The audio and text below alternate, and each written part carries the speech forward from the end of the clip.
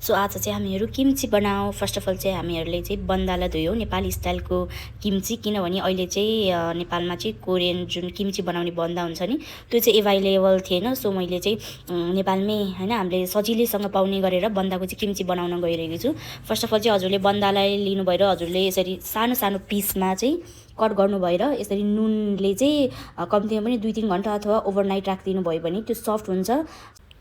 त्यसपछि हामीलाई चाहिने भनेको मुला, गाजर, स्याउ, प्याज, लसुन, अदुवा चाहिन्छ। फर्स्ट अफ अल चाहिँ मैले यो धुनुपर्ने चिजहरूलाई धोएर सानो सानो पिसमा कट गरेँ।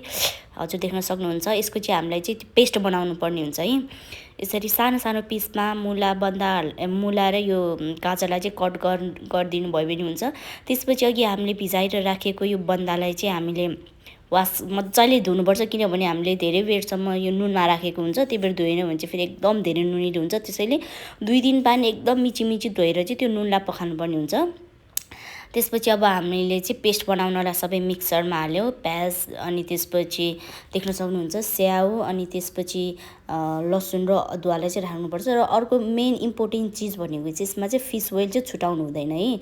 फिस ओइल पनि हजुरले चाहिँ अन्दाजले चाहिँ यो मिक्सरमा चाहिँ मिक्स गर्ने बेला राखिदिनु भएर चाहिँ फाइन पेस्ट बनाउनुहोस्। त्यसपछि चाहिँ हामीलाई चाहिँ यसमा अर्को इन्ग्रिडियन्ट भनेको चाहिँ के चाहिन्छ भन्दा यो चाहिँ चामलको पिठो है। यसलाई चामलको पिठोलाई चाहिँ पहिला चिसो पानीमा भिजाउनु, त्यसपछि मात्रै तातो पानीमा चाहिँ मजाले एकछिन पकाउनु। त्यसपछि हजुरले सक्नुहुन्छ, मैले यहाँ भिडियो खिच्न होइन छुटाएछु छु। त्यो अघिको चामलको मैदामा चाहिँ मैले अघि बनाएको पेस्ट मिक्स गरेको हो, जसमा चाहिँ मैले कश्मिरी लाल मिर्च हालेको छु। त्यसपछि मैले सबै मुला र यो गाजरलाई चाहिँ पहिला चाहिँ यसरी हुन्छ मोलेर रेडी गरेँ।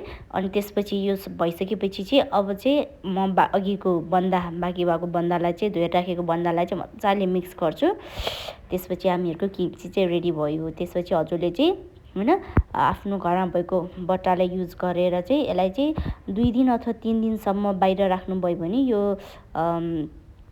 यो अमिलो हुन्छ। त्यसपछि चाहिँ फ्रिजमा राख्नुभयो हुन्छ, किनभने फेरि जति बाहिर राख्नुभयो त्यति नै फेरि धेरै अमिलो भयो भने खान सकिँदैन।